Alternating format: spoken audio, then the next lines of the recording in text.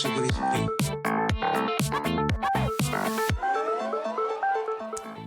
Bonsoir et bienvenue, c'est pendant 20h. Pop art et religion auraient-ils scellé une union sacrée? Céline Benoît et Anto, fils de Pop, décryptent pour nous les termes de cet accord. Marcel Petriccio, lui, mélangera religion, télé-réalité et musique énervée avec Pump Rock Jesus de Sean Murphy, et ce sera notre focus. Bonsoir Marcel. Bonsoir. Céline Benoît, Anto, fils de Pop, bonsoir et bienvenue. Bonsoir. Merci d'avoir accepté notre invitation. Mouvement artistique ultra coloré et faussement léger, le pop art s'amuse à dénoncer tout ce que nos sociétés de consommation nous poussent à consommer, évidemment à outrance, et remet en cause les fondements même de notre civilisation, de la politique à la religion, sans état d'âme. Anto, est-ce que c'est ça qui vous a poussé précisément vers ce courant artistique? Oui, c'est un peu ce résumé que vous nous présentez aux téléspectateurs. Voilà. Oui. Société de consommation, société où l'on consomme sans arrêt, à outrance, les images de la télévision, du cinéma, de la publicité, tout ça se sont jetés devant moi sur des écrans, et forcément j'étais nourri en partie de ça. Et donc du coup l'idée c'était de prendre de la distance ou d'ironiser sur ce phénomène-là? Complètement. C'est exactement le but de mon travail, c'est avoir un regard toujours décalé sur cette société-là. Et sur la religion en particulier? Aussi, elle fait partie de ma culture et de l'identité insulaire, c'est pour ça, entre autres, que je travaille dessus. Céline, vos créations via Zia Antogne ne relèvent pas du pop art, mais se situent entre le profane et le sacré aussi. Donc vous avez un rapport à la religion assez particulier, plutôt décomplexé d'ailleurs. Oui. Je trouve qu'encore c'est culturel la religion. Enfin, je suis pas une intégriste. Plus que culturel. Voilà. Je suis pas du tout une intégriste. J'ai été baptisée, comme beaucoup de Corses. Voilà. Et je trouvais que le côté justement décalé. J'ai fait un gros ménage en fait. Voilà. J'ai voulu faire du ménage en faisant des vierges colorées, désacraliser aussi Pascal, Napoléon, remettre un peu de couleur dans toute cette histoire. Dépoussiérer, et puis mettre un peu d'énergie, un peu de peps, un peu de couleur, et du coup, je me suis rendu compte que beaucoup de symboles et d'icônes religieux retournaient dans les foyers. Alors que c'est des objets qu'on avait mis de côté un petit peu, qu'on retrouvait au village, chez les grands-mères, et qui étaient un petit peu mis de côté, sachant que c'est des objets qu'on ne peut pas jeter, qu'on doit brûler. Enfin, il y a tout un rituel aussi par rapport à ça. Et donc là, je suis contente de voir des Saint-Antoine, des Saint-Anton, des vierges et autres icônes dans les foyers corses. Est-ce qu'elles reviennent dans ces foyers pour de bonnes raisons, selon vous? Oui. Non. Je pense que, si vous voulez, ça dédramatise, démystifie, mais en même temps, on est superstitieux, on est en Corse. Donc, s'il pouvait y avoir une petite vierge, Saint-Anton, qui veillait sur nous, ça serait pas si mal. On ne sait jamais. Ça fait pas de mal. Voilà. C'est ça. Voilà. C'est ce qu'on dit. Voilà. Anto, vous ne créez, d'ailleurs vous deux, ne créez uniquement autour de la religion catholique. C'est un choix... Comme disait Céline, ça fait partie de notre culture. Oui. Donc à un moment donné, c'est pour cette raison que moi j'ai abordé ce côté catholique, on va dire. Même si après je ne suis pas réfractaire aux autres religions. Pas du tout. Voilà. J'ai plein d'amis qui sont de confession juive ou musulmane. Donc, oui, mais qui vous inspirent forcément moins pour votre travail. De toute manière, c'est avant tout véhiculer une identité, que ce soit au travers de la religion, mais aussi de tout ce que je fais ailleurs. Ça fait 25 ans que je fais ça. Donc voilà, quoi. C'est vraiment jouer sur l'identité et dire, voilà, en Corse, on est Corse et on est ouvert sur plein de choses. Alors, dans le contexte actuel, ce n'est pas anodin de créer sur ou autour de la religion. Est-ce que, malgré tout, vous gardez ça dans un coin de votre tête quand vous créez, ou c'est vraiment quelque chose qui ne vous intéresse pas ou qui ne vous touche pas dans le processus créatif? Ou on le voit avec les débats sur la laïcité, les questions... Moi, je refuse de tomber là-dedans. C'est pareil. Alors là, je ne tomberai pas dans ce panneau. les gens sont libres. Enfin, je pense qu'il faut respecter avant tout la liberté de chacun, quoi. Il faut arrêter avec cette laïcité, avec chacun est libre de penser ce qu'il veut, comme il veut, quand il veut, excusez-moi, qu'il n'embête pas le voisin, quoi. Où est le problème? Enfin, je sais pas, il y a un manque de tolérance, je pense. Hein. Ouais, c'est un peu pareil. Après, c'est vrai que c'est l'actualité, à la limite, qui peut ressurgir sur des travaux. Je pense notamment aux attentats du Bataclan, et où j'avais fait un Christ.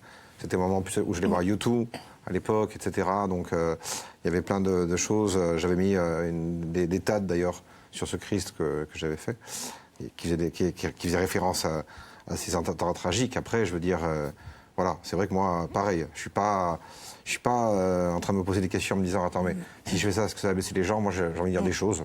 Je l'ai dit à ma manière. Marcel, justement, vous aviez une question à ce sujet. Par rapport à ça, est-ce que malgré tout, vous interdisez certaines créations? Encore une fois, peut-être par rapport à la religion, encore pour pas choquer les gens, ou alors votre imagination est ouverte à tout. Et aussi, est-ce qu'il y a des créations que vous avez faites, donc, et vous avez dit non, ça, je peux pas le montrer parce que justement, ça va être mal perçu? Je crois qu'en fait, on a nos propres limites. C'est-à-dire que moi, j'ai pas envie non plus de désacraliser complètement la Vierge. Je vais pas faire n'importe quoi avec parce que il y a du respect aussi. Donc, elle peut être rose, bleue, jusque-là, même à paillettes. C'est assumé. Hein. Après, il y a des choses non, que j'ai pas envie de faire. Par respect pour moi, pour les corps. Des convictions personnelles. Et des convictions, bien sûr.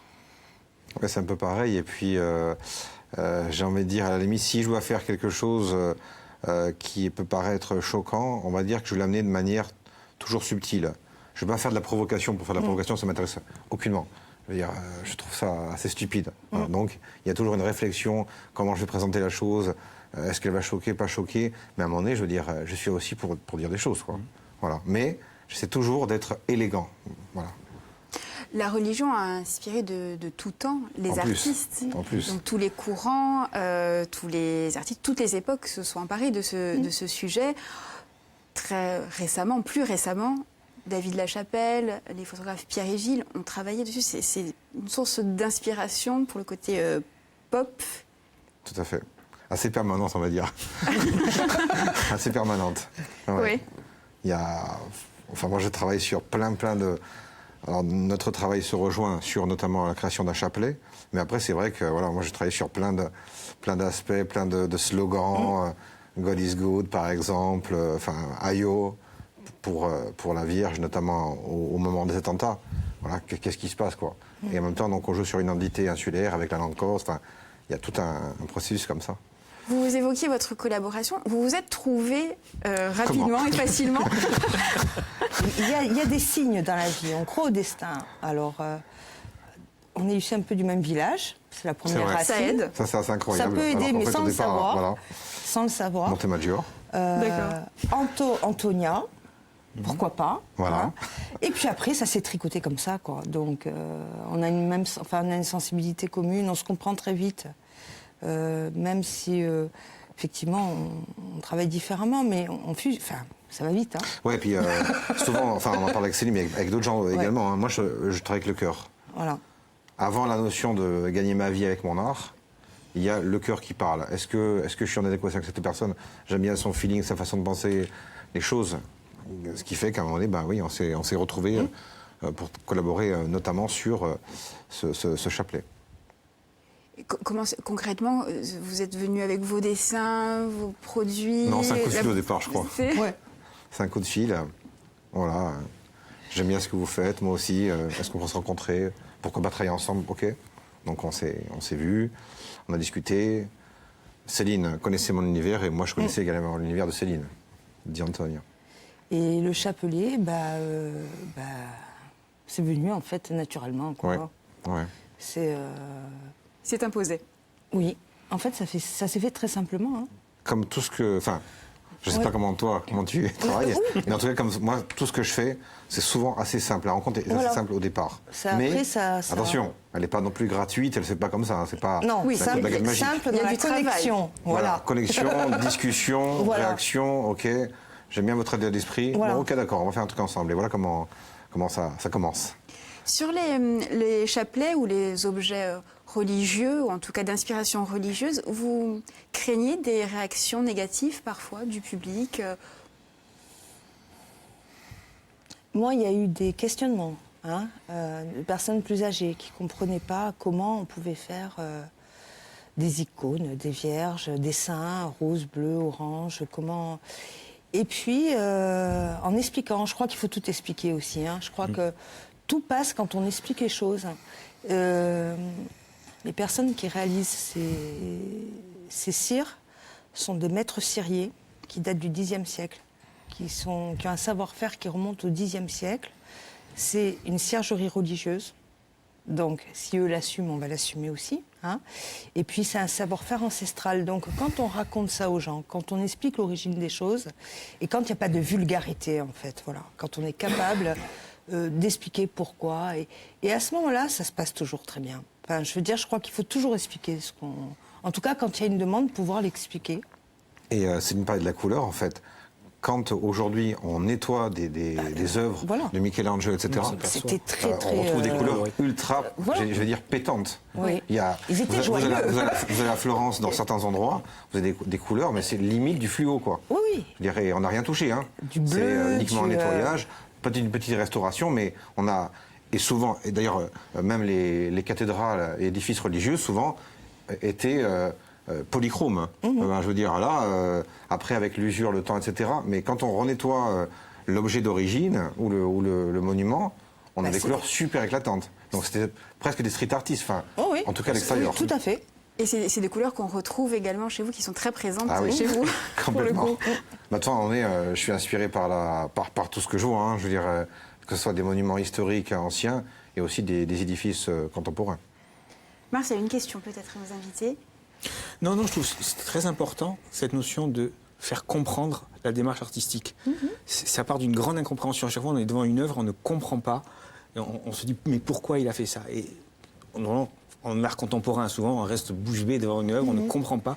Donc je trouve cette démarche très, très importante d'expliquer le pourquoi on a fait cette œuvre. Mais souvent dans les expositions, d'ailleurs. Moi... Les gens arrivent, mais pourquoi? Ah oui, d'accord, là je comprends mieux. Et d'un seul coup, d'ailleurs c'est très important, je pense que le contact avec le public est très très important. Vous ne pouvez pas uniquement mettre vos tableaux et dire je les mets sur des réseaux sociaux, etc. À un moment donné, moi je suis là, je suis prêt à défendre mon travail parce que je sais pourquoi je l'ai fait et pourquoi il est arrivé comme ça et comment je l'ai abouti, etc. Enfin, je peux expliquer tout le processus de mes créations. D'ailleurs, je m'inscris presque dans du storytelling. C'est-à-dire qu'à un moment donné, dans mes tableaux, il y a plein d'histoires, quoi. Et puis, il y a beaucoup d'humour. Aussi. Oui, ça fait partie de ma culture. Est-ce que cet humour-là passe facilement ou est-ce qu'il faut aussi l'expliquer? Non, j'ai pas besoin de l'expliquer. Mais il n'est pas vulgaire, c'est toujours pareil. Ce qui est assez marrant, c'est que moi j'ai toujours aimé l'écriture. Alors je suis pas écrivain, mais j'ai toujours aimé l'imbrication de mots, on va dire. Et souvent, donc je trouve un titre qui va rappeler la toile, mais qu'on va pas forcément voir dans la toile. Et là, les gens, souvent... je dirais pas explose de rire, mais ils disent ah ouais non c'est génial. Enfin voilà après c'est une culture, c'est aussi un entraînement, je pense un peu comme tout. C'est-à-dire que quand vous allez beaucoup au cinéma, que vous faites beaucoup de visites de musées, etc. Vous vous nourrissez de plein de choses. Et moi voilà je me suis entre autres nourri de plein d'auteurs et de plein de références, que ce soit des slogans publicitaires ou des écrivains, la BD, les comics américains, les mangas, Miyazaki, Tezuka, tous ces gens-là, Disney m'ont toujours fait rêver quoi. Donc voilà. Que des noms qui me parlent. Voilà, Marcel. Marcel, vous en prie. Une BD, elle fait partie un peu comme Jésus, donc. Alors, avant de commencer cette petite chronique, je vais vous prévenir, c'est une histoire qui est à ne pas mettre entre toutes les mains. Voilà, âme sensible, s'abstenir, je le dis. Vous êtes prévenus, c'est une BDNI, une bande dessinée non identifiée. C'est un savant mélange de plein de sujets qui fâchent tout le monde, réunis d'une manière magistrale dans une seule et même histoire. Où toutes sortes de personnages différents vont se croiser au programme télé-réalité, religion, pouvoir, terrorisme, punk et famille. Alors nous sommes dans un futur très proche, une émission de télé-réalité qui cartonne, qui fait des cartons d'audience. Alors pour rester au top, elles ont une idée absolument géniale. Elles vont tout simplement cloner Jésus à partir de l'ADN qu'ils ont récupéré sur le Saint-Suaire de Turin. Alors... il faut trouver une vierge, bien sûr. Alors, oui, bien sûr. Donc, il cherche partout dans le monde. Vierge, mais il la trouve. Il insémine, bien sûr, et là, clap de départ, l'émission peut commencer. Silence, on tourne. On va suivre la vie de Jésus, ou plutôt de Christ, pendant toute son adolescence. Une vie agréable, mais parfois aussi très difficile. Alors Christ, il est élevé à la Bible. On va même essayer de le faire marcher sur l'eau, le pauvre. Pas franchement réussir. Et puis, c'est un épisode... Alors, il est vraiment baigné dans la violence, ce pauvre Christ. Et il y a un épisode particulièrement violent qui va le marquer, qui concerne sa mère. Et là, il va prendre conscience du rôle qu'on veut lui faire jouer. Et un peu à la manière de Jim Carrey dans The Truman Show, il va s'évader. Il va s'évader. Et là, il y a une montée en violence absolument infinie qu'il y a dans la BD. Il va partir en guerre contre tous ceux qui ont voulu lui dicter sa vie. Et il le fait dans l'univers qui, pour lui, symbolise le mieux la rébellion. C'est l'univers punk. Et il va devenir, en fait, l'inverse de ce qu'on voulait qu'il devienne. Il va cracher sa haine, sa rage et son dégoût de la religion à travers le punk. Et l'évolution de Christ est absolument magnifique. Il devient un Messie, mais pas le Messie qu'on espérait, non. Il devient le Messie d'une nouvelle génération, mais qui ne croit plus en Dieu, qui ne croit plus à la religion. Il le dit, qui ne croit plus en toutes ces conneries. C'est bourré de rebondissements. L'intrigue est d'une profondeur, d'une intelligence et d'une richesse absolument remarquable. Les différents protagonistes aussi, ils sont aussi complexes qu'attachants, que détestables. La mère de Christ, vous allez l'adorer, Gwen, qui va tomber dans l'alcool, dans la folie, dans la démence. Et vous allez adorer, détester le producteur. Je vous assure qu'on lui tirait une balle dans la tête à ce type. Le récit est servi par des planches en noir et blanc. Le trait est nerveux, anguleux. Parfois, c'est surchargé, on a l'impression que c'est du brouillon, mais c'est fait exprès. C'est ce trait particulier, c'est ce noir et blanc. C'est de là que la bande dessinée puise toute sa violence. C'est une vraie critique acerbe, c'est un brûlot, c'est un pamphlet, c'est carrément un coup de pied dans les couilles de l'établissement américain. C'est celui des médias et de la télé-poubelle, celui des journalistes pourris, c'est celui de la politique et du puritanisme américain, c'est celui de la religion, de la foi, quand elles sont utilisées, manipulées et détournées. Bref, c'est violent, c'est dénonciateur, c'est rebelle, c'est une BD culte et pas qu'aux États-Unis. Donc je dis, attention, c'est hyper violent. Mais qu'est-ce que c'est intéressant, ça nous fait beaucoup réfléchir sur ce qu'est notre civilisation aussi. Ça vous donne envie? Ah oui, c'est sûr. Si je laisse parler après. Enfin, non, mais il est évident qu'il faut l'avoir. Déjà, on ne peut pas ne pas savoir les choses. Après, il faut savoir pour se faire une opinion. Donc, je vais peut-être détester, haïr, voilà, brûler, ou peut-être le garder pour le transmettre à mes enfants. Voilà. Donc, oui. Oui, non, pour revenir en fait donc à la critique du livre, ouais, c'est vrai que moi finalement, le travail aussi sur la religion, c'était aussi un peu revenir à des fondamentaux, vous voyez, de se repositionner. On est dans une société, moi j'utilise par exemple tout ce qui est réseaux sociaux, hein, je veux dire, pour communiquer, etc. Mais il y a de telles dérives. Les gens racontent leur vie, ils font n'importe quoi. Enfin, moi à un moment donné, je reviens aux fondamentaux. Je prends des sujets qui vont tous nous toucher et je vais les manipuler, mais pour en sortir quelque chose de, enfin, c'est prétentieux, mais d'intéressant, de positif, de regardez ce que nous sommes devenus, quoi. Regardez ce qu'on pourrait être.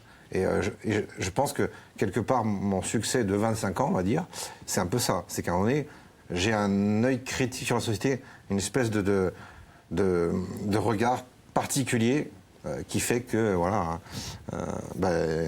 voilà. on se protège de ce genre de choses, voilà, comme la télétrash. Voilà. Ce n'est pas la BD, ce n'est pas une critique de la religion. Non, c'est bien. C'est revenir à des fondamentaux. Non, on est bien d'accord, voilà, c'est ça. Voilà. Mais enfin oui, il faut revenir à l'essentiel, quoi.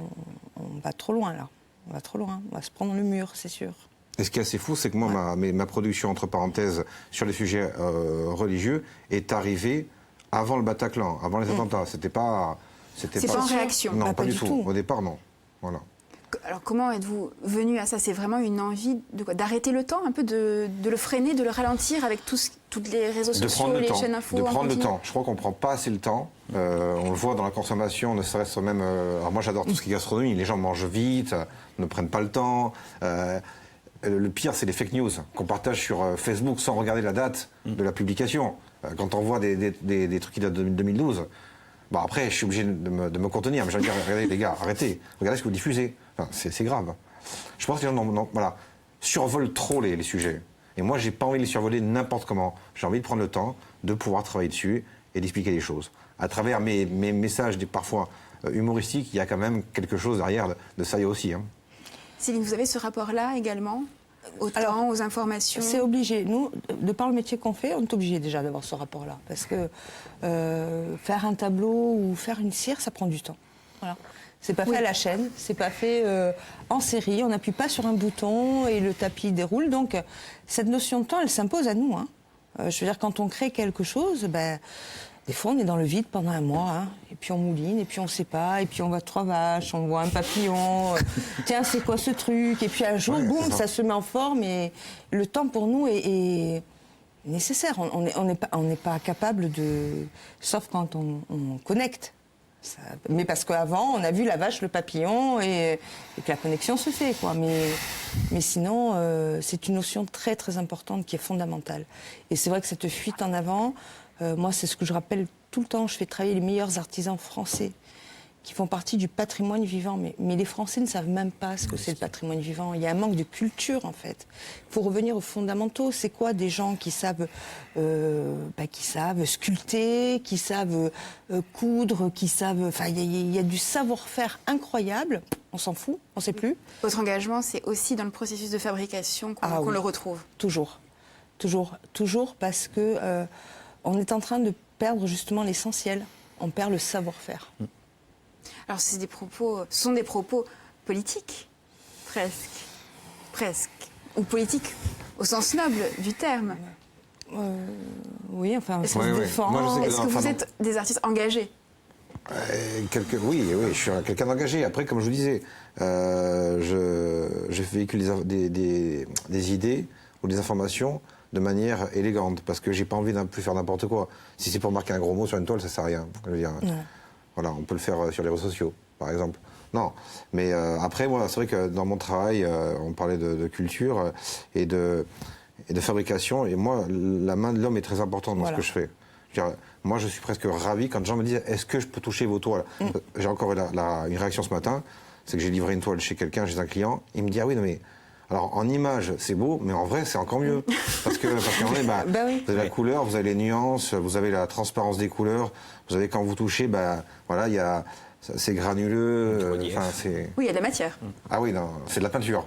C'est pas de l'image numérique. Oui. Même si je suis un adorateur de plein d'artistes qui travaillent de manière, disons, numérique, mais moi, j'aime cette notion, voilà, d'humanité. Et ce qui fait que chaque pièce est unique. Je ne fais que des pièces uniques. Bon, après, pour les 25 ans, je vais certainement sortir une collection de travaux. C'est cette année, hein, les 25 ans de Cartier. Qui seront en fait tirés à une petite quantité. Par contre, ce seront des travaux réalisés spécialement pour ça. C'est-à-dire que je ne reproduis jamais en lithographie ou en poster mes peintures. C'est un choix, c'est comme ça. Alors il y a des gens qui me disent « Ah mais c'est dommage », c'est pas grave. Chaque toile a son acquéreur, il est unique, et je fais des travaux uniques. Voilà, c'est comme ça. Je prends un risque, mais bon... Je trouve que c'est plaisant. Et puis les rencontres ne sont pas les mêmes avec les gens qui achètent les toiles. Céline, Anto, je vous propose de répondre à notre interview pop pour conclure cette émission. Être pop aujourd'hui, qu'est-ce que c'est en un ou deux mots? Anto, on commence par vous. En un mot? Oui. Alors, décalé pour moi. Décalé. Céline, pour vous? Tu m'as piqué. Vous êtes connectés, vous l'avez dit, alors voilà. Non, c'est ça, décaler, faire le ménage. Moi, je fais le ménage. Voilà, je décale. L'artiste incontournable de la pop culture, pour vous, Anto? Il y en a plusieurs. Je dirais Roy Lichtenstein, parce qu'on retrouve le pop art, mais également le design, la bande dessinée dans son univers. Céline? Anto. À moi. L'œuvre ultime du pop art, Céline? Je n'ai pas la culture pop art. Alors, votre œuvre ultime, on élargit. Le chef-d'œuvre fait pour vous? Je ne sais pas. Moi, j'adore toutes les peintures du 19e, voilà. C'est dit. Moi, je dirais le Marilyn de Warhol. Ça reste, je crois, l'icône, le summum, quoi, du pop art. Le pop art, marketing ou vraie contre-culture? Moi, je le vois comme une contre-culture. Moi aussi, non, complètement. Marketing, c'est facile.